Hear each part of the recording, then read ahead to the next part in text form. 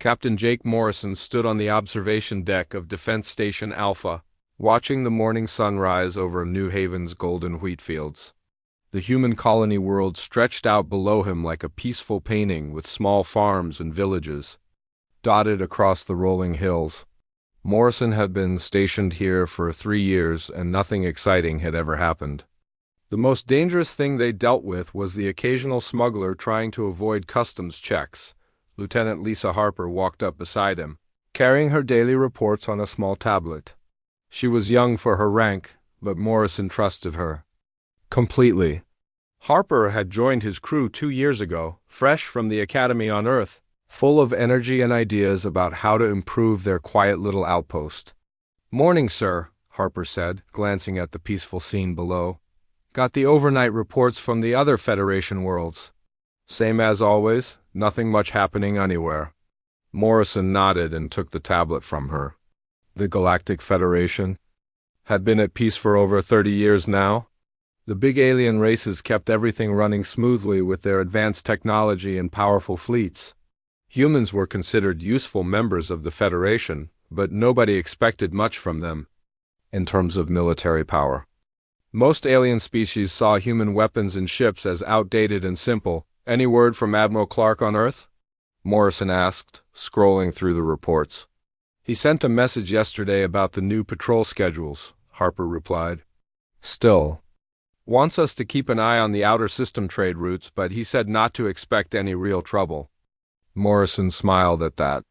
Admiral Ben Clark commanded humanity's small contribution to galactic defense from his headquarters. On Earth, 12 patrol vessels and 3 battle cruisers were all that humanity could spare for protecting their corner of the galaxy.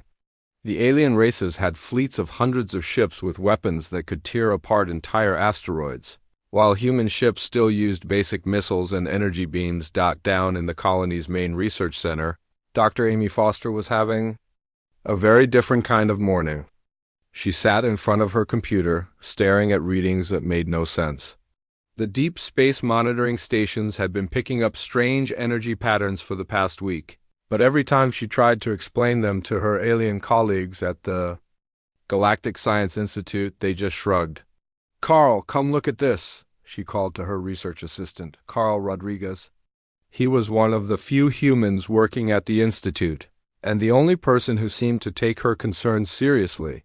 Rodriguez walked over and looked at the screen over her shoulder.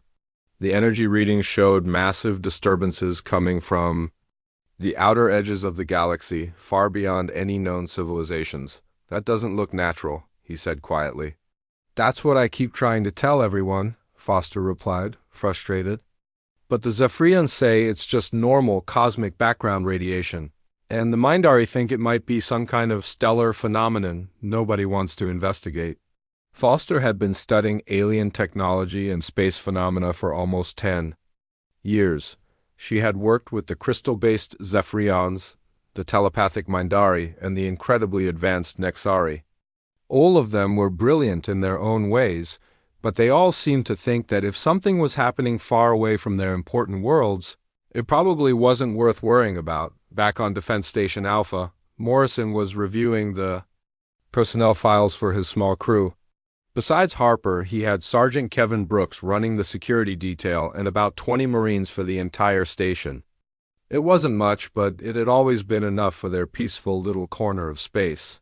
"Sir," Harper said, interrupting his reading, "I'm getting some reports from the Outer Rim territories. 3 trading ships have gone missing in the past 2 weeks." Morrison looked up with interest. Missing ships were unusual, but not unheard of. Pirates sometimes operated in the less patrolled areas of space, though most of them were small-time criminals who stuck to robbing cargo haulers. "Any distress signals?" he asked. "Nothing, sir. The ships just stopped reporting in. Federation Command thinks it's probably pirates, but they want us to keep an eye out for any unusual activity." Morrison nodded and went back to his reports, but something about the missing ships bothered him. Pirates usually demanded ransoms or tried to sell stolen cargo. Ships that just disappeared completely were more mysterious on Earth. Admiral Clark was having similar thoughts as he read the same reports in his office. "Commander Sue Williams," His aide had been tracking the missing ships for him, and the pattern was starting to worry him. "Admiral," William said, entering his office with a fresh cup of coffee, "I've been looking at the locations where those ships disappeared. They're all along the same general area of space, near the outer rim." Clark took the coffee gratefully and looked at the star charts Williams had prepared. "Could be a new pirate group setting up operations," he said, though. He didn't sound convinced. "Maybe, sir, but pirates usually leave some trace. Wreckage, demands for ransom, something." These ships just vanished. Clark stared at the charts for a long moment. Something felt wrong about the whole situation, but he couldn't put his finger on what it was. The Federation's advanced alien. Members weren't concerned, and their technology was far superior to anything humans could detect. If the Nexari and Zephyrians weren't worried, maybe he was just being paranoid. Still, he made a mental note to keep watching the situation. Sometimes human instincts picked up on things that advanced technology missed, and Clark had learned to trust his gut feelings over the years. As the day ended on New Haven, Morrison stood once again on his observation deck, watching the sun set over the peaceful farmland below. Tomorrow would probably be another quiet day, just like the thousands that had come before it. But somewhere in the back of his mind, a small voice whispered that the peace they had all grown used to might not last much longer. The emergency message came through at 3 a.m, jolting Captain Jake Morrison from his sleep. The shrill alarm of his communicator filled his quarters as Lieutenant Lisa Harper's urgent voice crackled through the speaker. "Captain, you need to get to the command center immediately. We're getting reports from the Zephyrian colony of Crystal Falls. They've gone completely silent." Morrison threw on his uniform and rushed to the command center, where Harper was frantically working at multiple computer screens. The normally calm young officer looked genuinely frightened for the first time since Morrison had known her. "What's the situation?" Morrison asked, looking at the displays showing the location of Crystal Falls, a major Zephyrian settlement about 50 light-years from New Haven. "Sir, Crystal Falls had over 2 million Zephyrians living there," Harper said, her voice shaking slightly. "They stopped transmitting 6 hours ago. No distress signals, no explanations, just silence." Morrison felt a cold knot forming in his stomach. The Zephyrians were one of the most advanced races in the galaxy. Their crystal-based technology was incredibly sophisticated, and their cities were protected by energy barriers that could stop almost any weapon. For an entire colony to just disappear was almost impossible to believe. "Have we heard anything from Federation Command?" Morrison asked. "Admiral Clark is coordinating with the alien fleets, sir. The Nexari are sending a joint investigation force. To Crystal Falls, they should arrive within 12 hours. 50 light-years away, Dr. Amy Foster was aboard the human research vessel Pioneer, part of the investigation fleet heading toward Crystal Falls. Captain Dan Mitchell commanded the Pioneer, and he had volunteered his ship when the Federation put together the emergency response team. Foster had been included because of her experience studying alien technology and her recent concerns about the strange energy readings from deep space. "Dr. Foster," Captain Mitchell said, approaching her workstation, "what do you think we're going to find out there?" Foster looked up from her analysis of the last transmissions from Crystal Falls. "I honestly don't know, Captain. But those energy readings I've been tracking seem to be moving in the same direction as the missing colony." Mitchell nodded grimly. He was a veteran of the small conflicts that had happened before the Great Peace, and his instincts were telling him that whatever had happened to Crystal Falls was much worse than a simple technical failure or pirate attack. The investigation fleet consisted of ships from 5 different species, led by Nexari Admiral Vexthal aboard his flagship, a massive vessel that could phase in and out of normal space using their advanced dimensional technology. The Nexari were confident that their superior weapons and defenses would handle whatever they found at Crystal Falls. When the fleet arrived at the Crystal Falls system, the sight that greeted them was beyond horrifying. Where the beautiful crystal cities of the Zephyrians had once sparkled like jewels on the planet's surface, there was now only bare rock. The entire world had been stripped clean of all organic matter, leaving behind a dead, lifeless sphere. By the void, Admiral Vexthal transmitted to the fleet. What could do this to an entire world? Dr. Foster worked frantically at her scanners aboard the Pioneer, trying to make sense of the readings she was getting from the planet's surface. "Captain Mitchell," she called out, "I'm detecting massive amounts of metallic debris in orbit around the planet. It looks like the remains of the Zephyrian defense platforms and city structures. But where are the people?" Mitchell asked grimly. Foster's blood ran cold as she realized the answer. "I think they've been absorbed, sir. Converted into something else. The metallic debris doesn't match Zephyrian technology exactly. It's like their materials have been changed, processed into a different form." As the investigation fleet moved closer to the dead world, their sensors began picking up movement in the asteroid belt beyond the planet. Thousands of metallic objects, each roughly the size of a small ship, were moving with purpose and coordination through the rocky debris. "Admiral," the Mindari telepathic officer on Vexthal's bridge reported, "I cannot sense any biological minds among those objects. They appear to be entirely mechanical, but they're acting with intelligence and purpose." "Admiral." Vexthal ordered his fleet to approach the mechanical swarm cautiously. The Nexari had encountered ancient automated defenses before, but nothing on this scale. As they drew closer, the metallic objects began to change formation, moving to surround the investigation fleet. "All ships prepare for possible combat," Vexthal transmitted. "Unknown mechanical entities are taking aggressive positions." The first attack came without warning. Beams of energy unlike anything in the galactic databases struck the investigation fleet, tearing through shields and armor that had been designed to stop the most powerful known weapons. 3 ships were destroyed in the opening seconds of the battle. "Return fire," Vexthal commanded, and the combined fleet unleashed their most advanced weaponry. Dimensional phasing weapons, psychic disruptors, and crystal-based energy cannons all struck the mechanical swarm. The weapons worked perfectly, destroying dozens of the metallic entities in the first volley. For a moment, it seemed like the investigation fleet would easily defeat whatever these machines were. Then something impossible happened.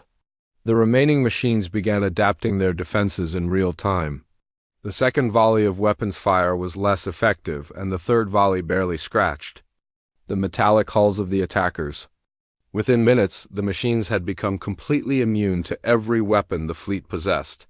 "How is this possible?" Admiral Vexthal demanded, as his flagship shuddered under another devastating attack. Dr. Foster, watching the battle from the Pioneer's bridge, suddenly understood what they were facing. "They're learning," she said quietly. "Each time we hit them with a weapon, they analyze it and develop a defense. They're not just machines, they're adaptive machines." The battle was over quickly after that. The mechanical swarm, now completely immune to the fleet's weapons, systematically destroyed every ship except the Pioneer, which Captain Mitchell had kept at the edge of the battle zone. As the last of the alien ships exploded, the machines turned their attention to the human vessel. "They're coming for us," Mitchell said grimly, watching as dozens of the metallic entities accelerated toward his ship. "Wait," Foster said, studying her scanner readings. "They've slowed down. They're not attacking us with the same intensity they used against the others." She was right. The machines seemed almost confused by the Pioneer's presence. They had easily adapted to Nexari dimensional weapons, Mindari psychic attacks, and Zephyrian crystal technology, but something about the human ship was giving them pause.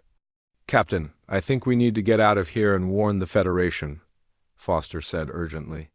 "These things, whatever they are, they can adapt to any weapon they encounter. The only reason we're still alive is that they haven't figured out our technology yet."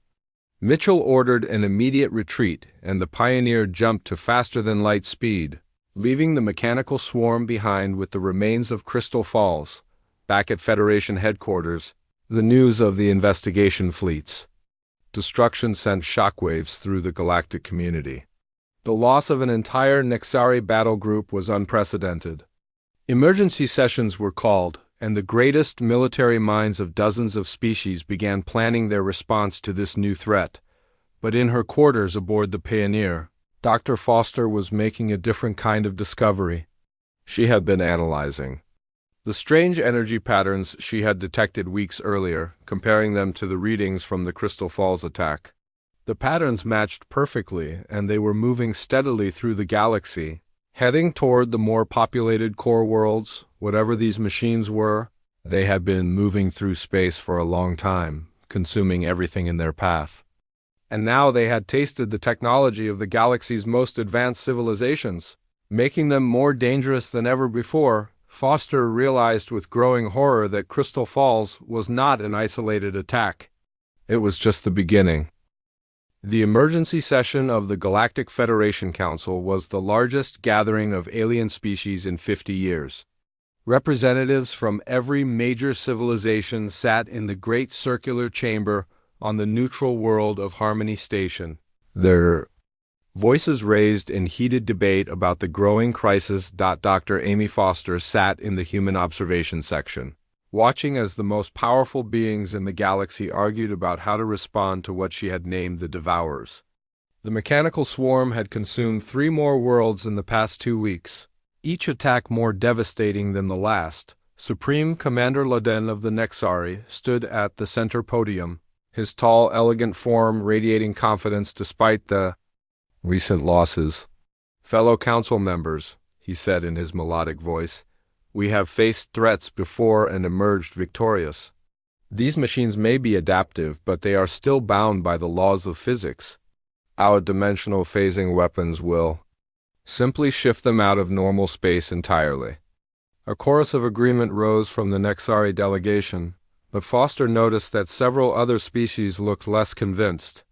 The Mindari representative, a being of pure thought energy contained in a crystalline shell, pulsed with dim colors that indicated uncertainty. "The Mindari Collective has attempted to probe these entities," the telepathic being announced.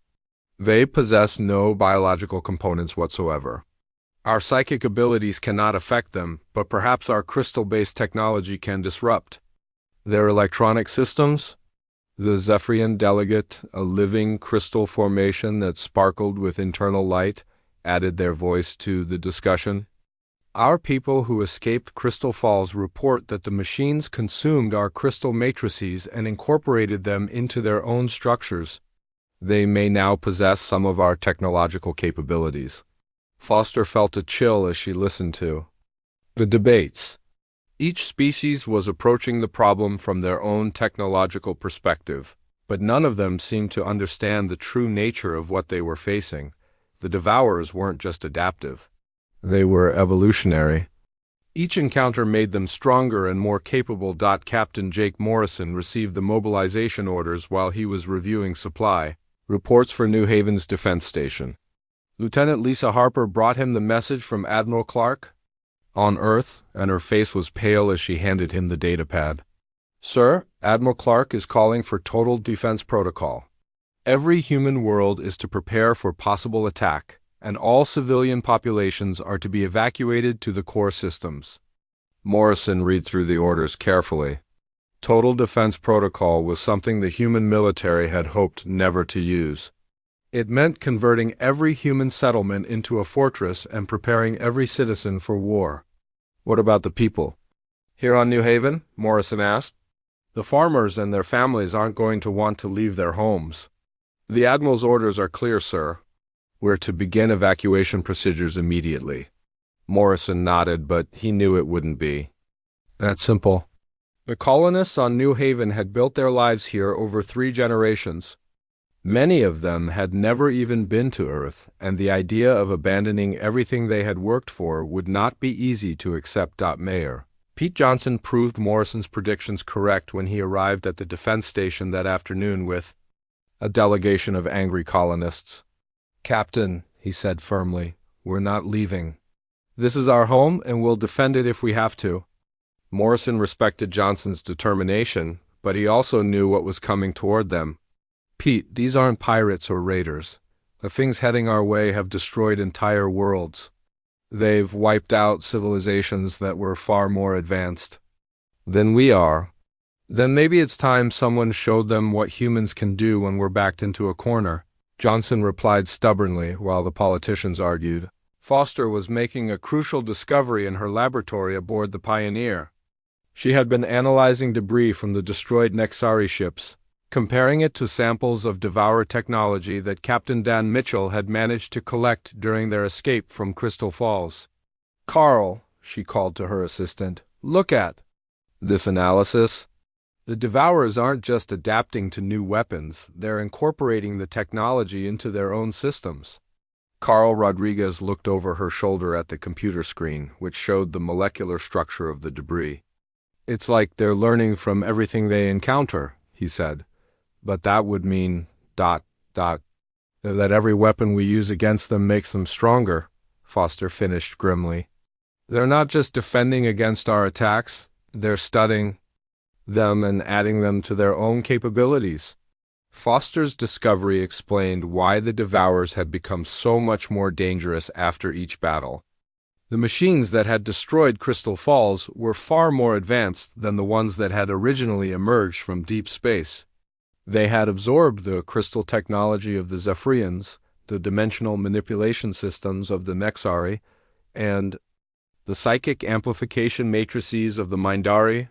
Back on Earth, Admiral Ben Clark was coordinating humanity's response to the crisis from his command center deep beneath the old Pentagon building.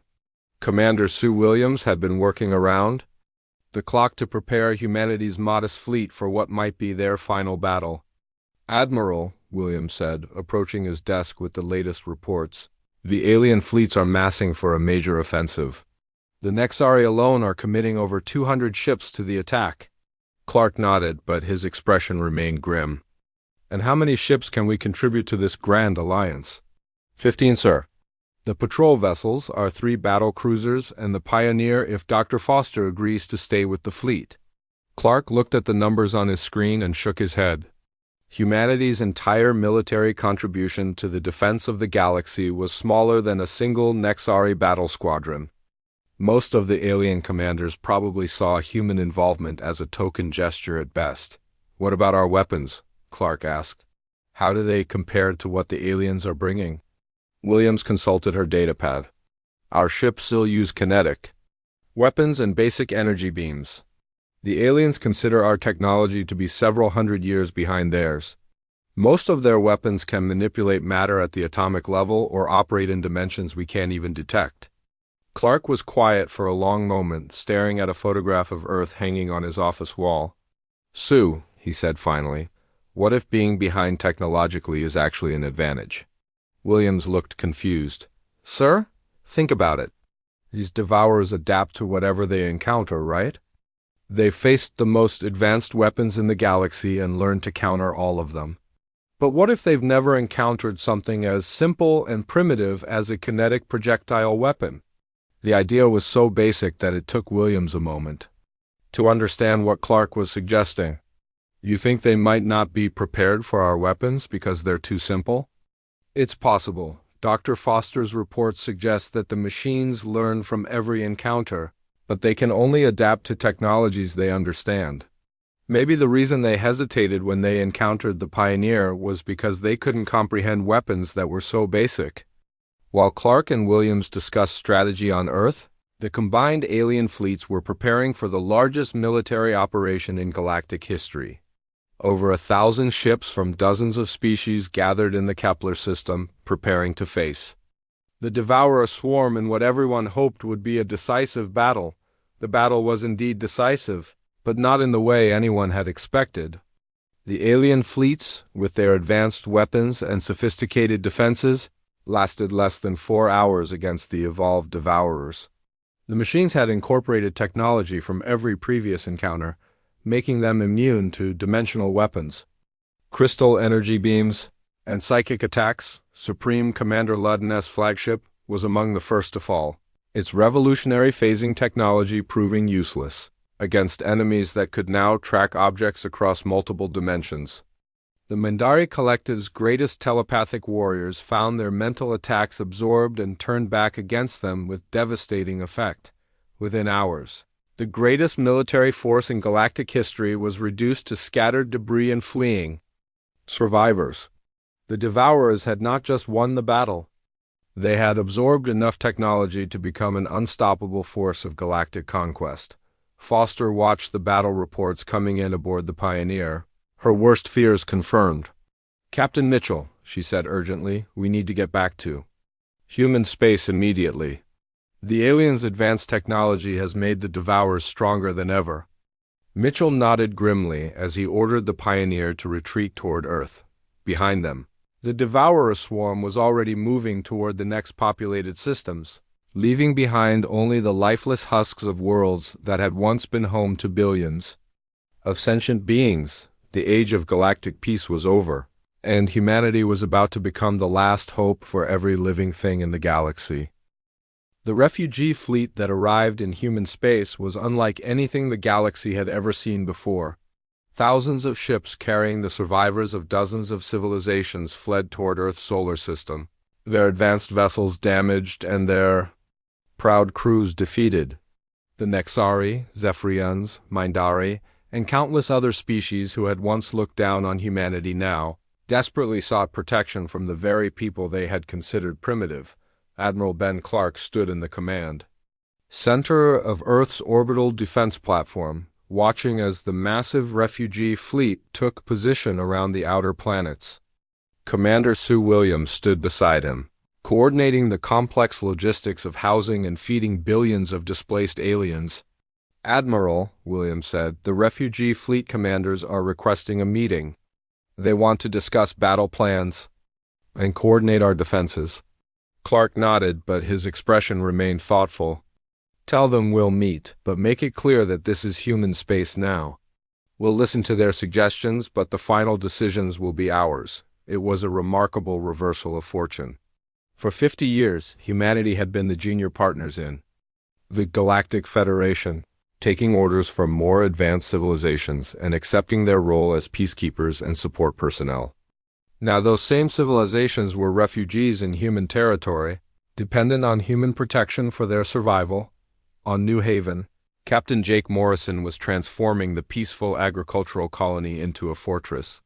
The colonists had refused evacuation, and Morrison had to admit that their stubborn determination was proving useful. Mayor Pete Johnson had organized the civilian population with military efficiency, turning farmers into soldiers and farm equipment into weapons. "Captain," Lieutenant Lisa Harper reported, "the mining equipment from the outer settlements has been converted according to Dr. Foster's specifications. We now have 23 improvised weapons platforms using industrial cutting lasers and mining charges." Morrison looked at the reports with amazement. The colonists had taken to military preparation with an enthusiasm that surprised him. Farming communities that had lived peacefully for decades were now building fortifications and training with improvised weapons. Sergeant Kevin Brooks approached Morrison with a grin on his face. "Sir, you have to see what the Johnson family did with their crop harvester. They've mounted 6 industrial cutting blades on rotating arms and added armor plating from their mining operation. It looks like something out of a nightmare." The transformation of human space was happening everywhere. On Mars, the terraforming engineers were converting atmospheric processes into chemical weapons. The asteroid miners in the belt were loading their cargo ships with kinetic projectiles made from refined metals. Even the luxury cruise liners were being fitted with improvised weapon systems. Dr. Amy Foster had established her research center on the Moon, where she worked frantically to understand the Devourer technology and develop countermeasures. Her analysis of the alien debris from the Great Battle had revealed something crucial about the enemy's adaptive capabilities. "Carl," she said to her assistant as they studied the latest data, "I think I understand how the Devourers learn. They analyze the energy patterns and molecular structures of weapons that hit them, then develop defenses based on that analysis." Carl Rodriguez looked at the complex equations on Foster's screen.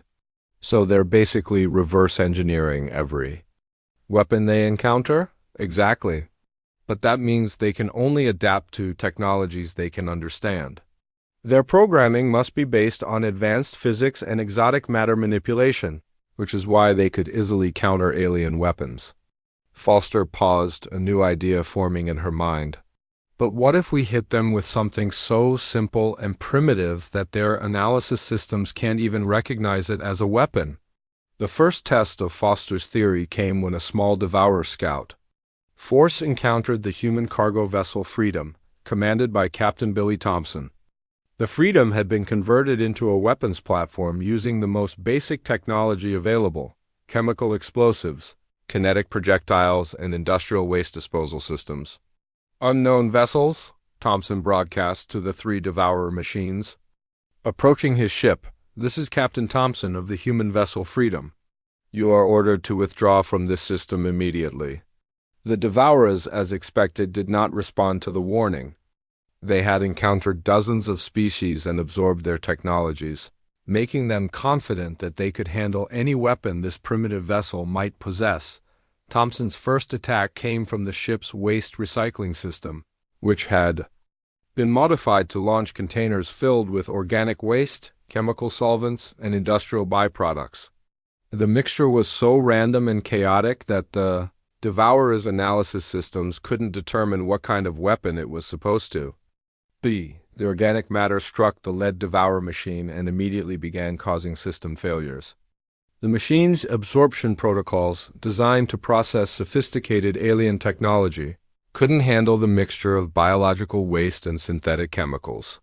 Its surface began to corrode as the industrial solvents ate through its adaptive armor. "Well, I'll be damned," Thompson muttered as he watched the Devourer machine spinning out of control. It actually worked. The second attack came from the Freedom's mining equipment, launching chunks of raw asteroid rock at incredible speed. The kinetic projectiles were so simple that the Devourer's defensive systems barely recognized them as threats. By the time the machines tried to adapt, they were already being torn apart by high-velocity chunks of iron and nickel. The third Devourer tried to retreat, but Thompson's crew had prepared one final surprise. They launched a container filled with Earth's most toxic industrial pollutants, including chemical waste that had been accumulating for centuries.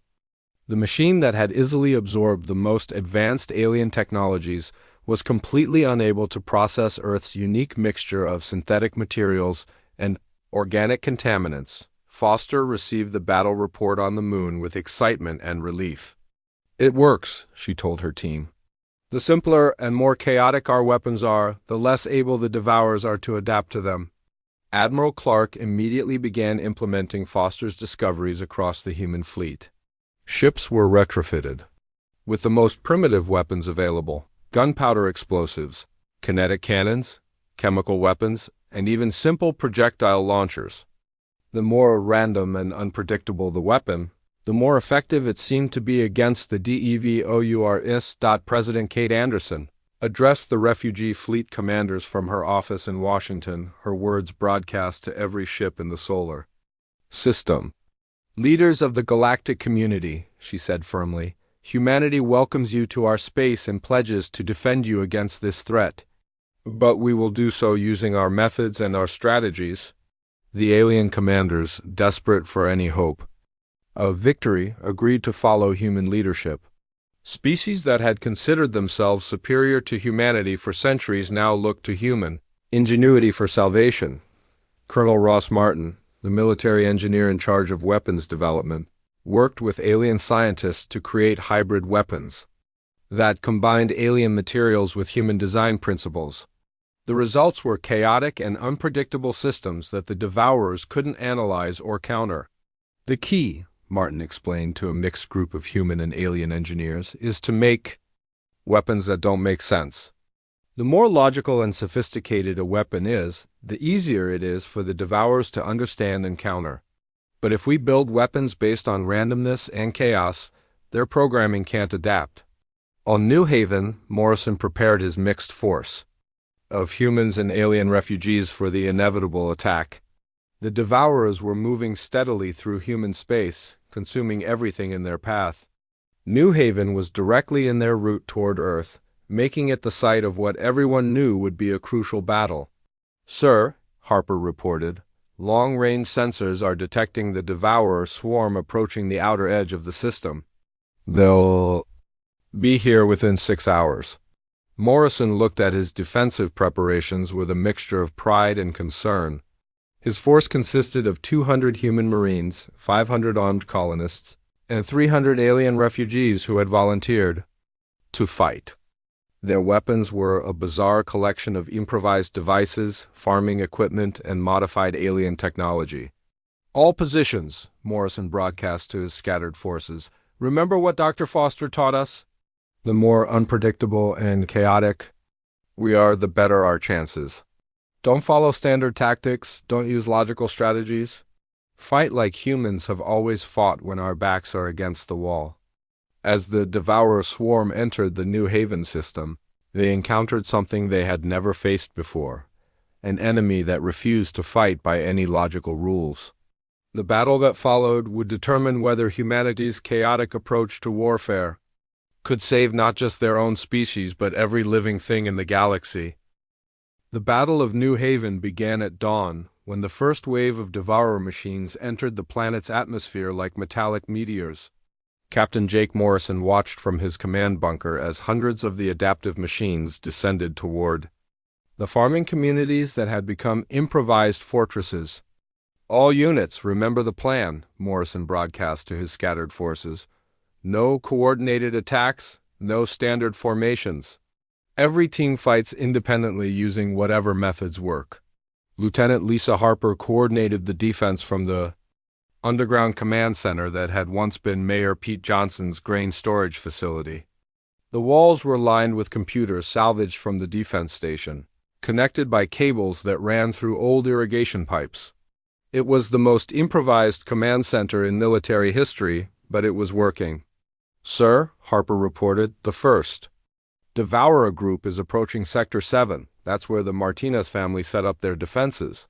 Farmer Joey Martinez had spent 3 weeks converting his agricultural equipment into weapons of war. His crop rotation machines had been fitted with industrial cutting blades, his irrigation systems filled with corrosive chemicals from the colony's mining operations, and his storage silos converted into projectile launchers. As the first Devourer machine landed near his farmhouse, Martinez activated a defense that no military academy had ever taught. His automated sprinkler system began raining down a mixture of fertilizer, pesticides, and industrial acid while his modified harvest drones swarmed the machine from all directions. The Devourer's analysis systems had never encountered anything like it. The machine that had easily adapted to Nexari dimensional weapons and Mindari psychic attacks was completely confused by an assault that combined agricultural chemicals with farming equipment. Its surface began to smoke and corrode as Martinez's improvised weapons found gaps in defenses that had been designed to counter sophisticated alien technology. "It's working," Martinez radioed to the command center, his voice filled with amazement. "The thing looks like it's having some kind of breakdown." Similar scenes were playing out across New Haven as human ingenuity clashed with adaptive alien technology. In Sector 3, Mayor Johnson led a group of colonists using construction equipment fitted with mining charges. Their attack was so random and chaotic that the Devourers couldn't predict where the next explosion would come from. Sergeant Kevin Brooks commanded the defense of Sector 5, where the colonists had created what could only be described as organized chaos. They had scattered random obstacles across the battlefield, filled containers with unpredictable mixtures of chemicals and organic waste, and armed themselves with weapons that seemed to have been designed by committee. "Brooks to command," he radioed during a brief lull in the fighting. "These machines keep trying to analyze our attacks, but there's nothing logical to analyze. How do you adapt to weapons that don't make sense?" Dr. Amy Foster monitored the battle from her laboratory on the moon, analyzing the real-time data being transmitted from New Haven. Her readings confirmed what she had hoped. The Devourers were struggling to adapt to human warfare because human tactics were fundamentally different from anything they had encountered. "Carl," she said excitedly to her assistant, "look at these patterns. The Devourer's adaptive systems are designed to counter logical, predictable threats. But humans don't fight logically when they're desperate." Carl Rodriguez studied the data with fascination. It's like the machines are trying to solve a math problem, but we're giving them poetry instead. Foster nodded, understanding the implications. Every other species the Devourers have encountered uses technology and tactics based on scientific principles. But human warfare has always been partly art, partly science, and partly pure stubbornness. On New Haven, the battle was reaching its climax as more Devourer machines landed near the main settlement. Morrison himself led the final defense, using a strategy that would have horrified any military instructor: complete improvisation. "All units, this is Morrison," he broadcast. "Forget everything you know about proper tactics. I want chaos, randomness, and pure human cussedness. Show these machines what happens when they mess with our home." The colonists responded with enthusiasm that surprised even Morrison.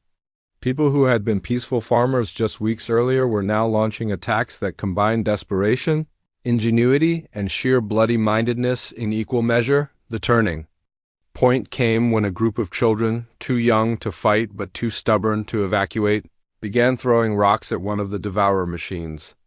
The simple kinetic impacts shouldn't have been able to damage the advanced technology, but something about the randomness of the attack caused the machine's systems to malfunction. "Command," reported one of the Marine units. "The kid's throwing rocks actually did something to that machine. It's spinning in circles like it can't figure out what hit it." Foster, monitoring from the moon, realized what was happening. The machine's adaptation protocols are trying to analyze and counter the rock throwing, but there's no pattern to analyze. Random actions by untrained children are more effective against advanced alien technology than sophisticated weapons. The battle lasted 18 hours, ending when the last Devourer machine on New Haven simply shut down, its adaptive systems overwhelmed by the chaotic nature of human resistance. The machines that had conquered worlds full of advanced aliens had been defeated by farmers, children, and improvised weapons that shouldn't have worked according to any logical analysis. Admiral Ben Clark received the victory report on Earth with a mixture of relief and amazement. "Commander Williams," he said, "prepare Operation Chaos Storm if it worked on New Haven. We're going to try it across the entire galaxy." Operation Chaos Storm was unlike any military campaign in galactic history. Instead of coordinated fleet actions and sophisticated strategies, Clark deployed human ships in completely random patterns, using weapons and tactics that seemed to have been chosen by lottery. Captain Alex Turner commanded one of the Chaos fleets, leading a group of converted civilian vessels against a Devourer swarm near the Rigel system. His ships were armed with everything from mining equipment to kitchen appliances that had been modified to launch projectiles. "Remember, people," Turner broadcast to his fleet, "we're not trying to make military sense here. The more ridiculous our attack patterns, the better our chances." Turner's fleet attacked the Devourers using tactics that included ramming attacks with garbage scows, chemical bombardments using agricultural products, and kinetic strikes with random industrial debris. The machines, designed to counter the most sophisticated military technology in the galaxy, were completely unable to adapt to weapons that had no logical basis for their design or deployment. Meanwhile, the alien refugees who had sought shelter in human space were beginning to understand something profound about their rescuers. The humans weren't primitive because they lacked advanced technology.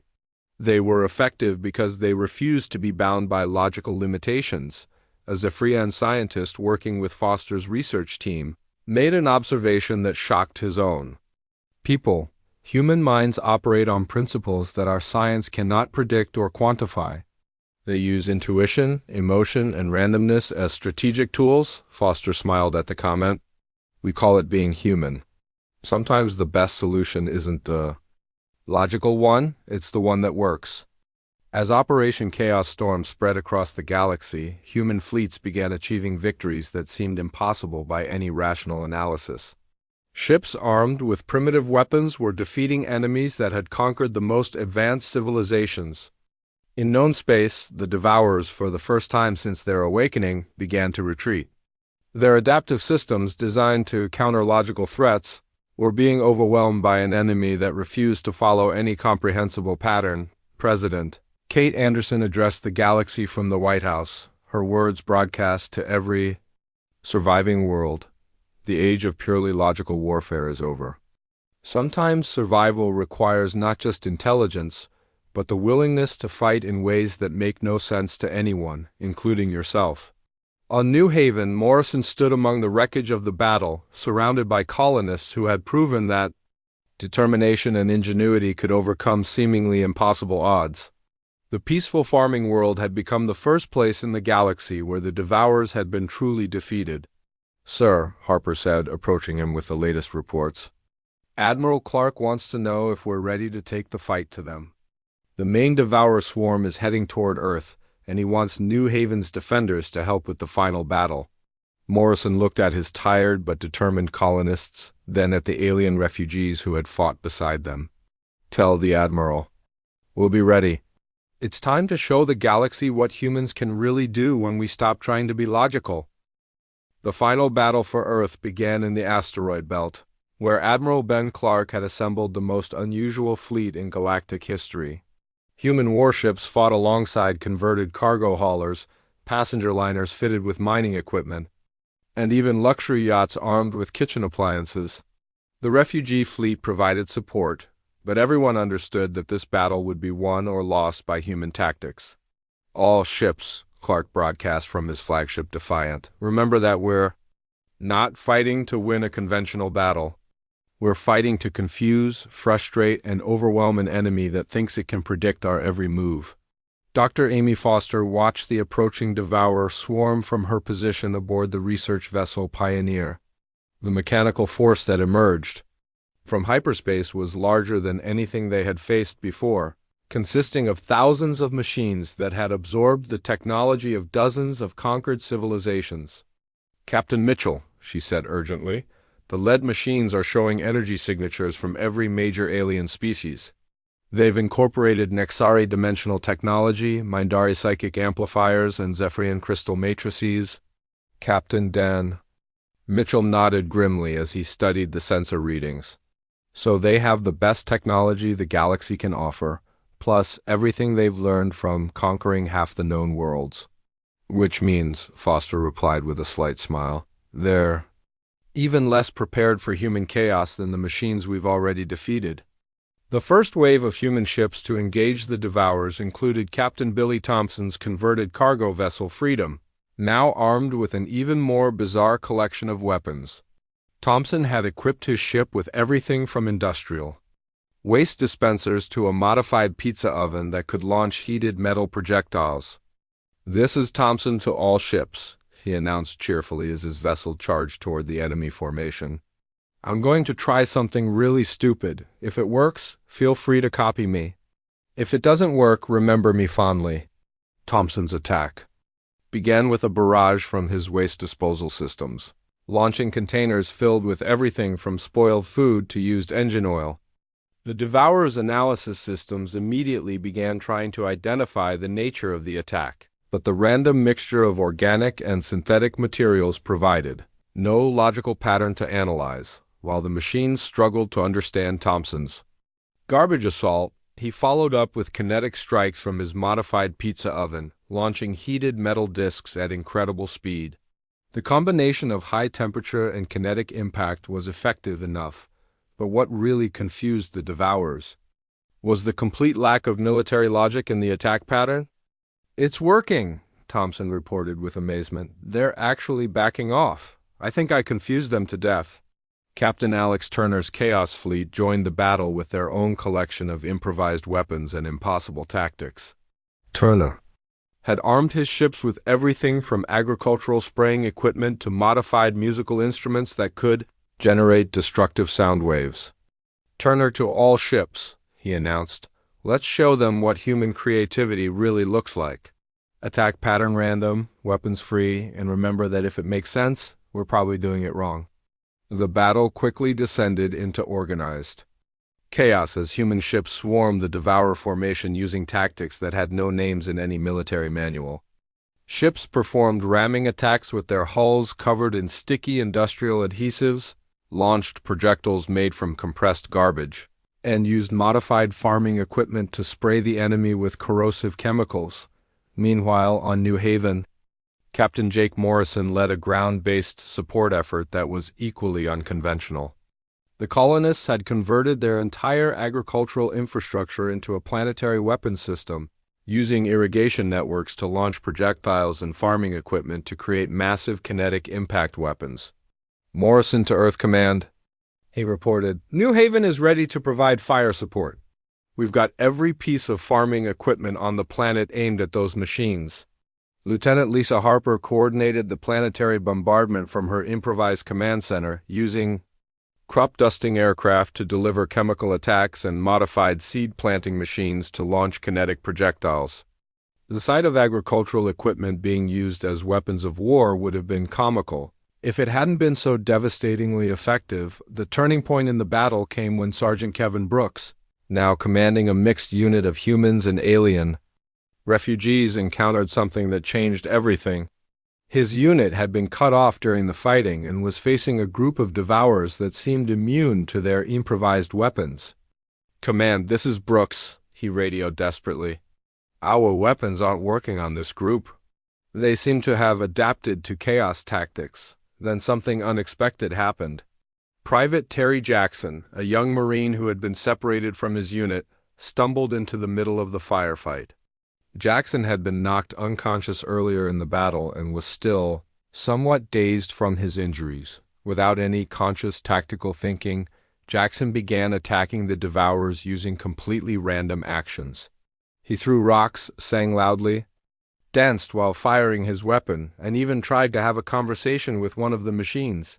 His behavior was so genuinely chaotic and irrational that the devourers' programming simply couldn't process it. "Brooks to command," the sergeant reported with amazement. "Jackson just defeated 3 devourers by acting completely insane. I think genuine human irrationality is even more effective than organized chaos." Dr. Foster, monitoring the battle from the Pioneer, realized the significance of Jackson's actions. "Captain Mitchell," she said excitedly, "the devourers can adapt to planned chaos, but they can't adapt to genuine randomness. Human beings acting without any logical framework at all are completely outside their programming parameters." The discovery spread quickly through the human fleet, and within minutes, captains were encouraging their crews to abandon all pretense of military organization. Ships began performing maneuvers that served no tactical purpose. Weapons were fired in patterns that followed no logic. And some crews even began playing music over their communication systems while fighting. The effect on the devourers was immediate and dramatic. Machines that had conquered entire civilizations began shutting down as their adaptive systems overloaded, trying to process truly random human behavior. The more irrational the human actions became, the more effective they were against the alien technology. Admiral Clark, watching the battle unfold from his command center, made the decision that would end the war. "All ships," he announced, "abandon all military protocols. I want every human in this fleet to fight like their lives depend on being as unpredictable as possible." The response was immediate and overwhelming. Human crews across the fleet began fighting with a combination of desperation, creativity, and pure human stubbornness that no alien technology could hope to analyze or counter. Ships performed barrel rolls for no reason, weapons were fired at random intervals, and some crews even began trying to communicate with the devourers using jokes and insults. The main Devourer command ship, a massive construct that incorporated technology from every conquered civilization, found itself facing Captain Morrison's agricultural bombardment from New Haven, Thompson's garbage assault from the Freedom, and Turner's musical weapon attacks all at the same time. The combination of farming equipment, waste disposal systems, and modified musical instruments created an attack pattern so chaotic and illogical that the command ship's adaptive systems simply gave up trying to analyze it.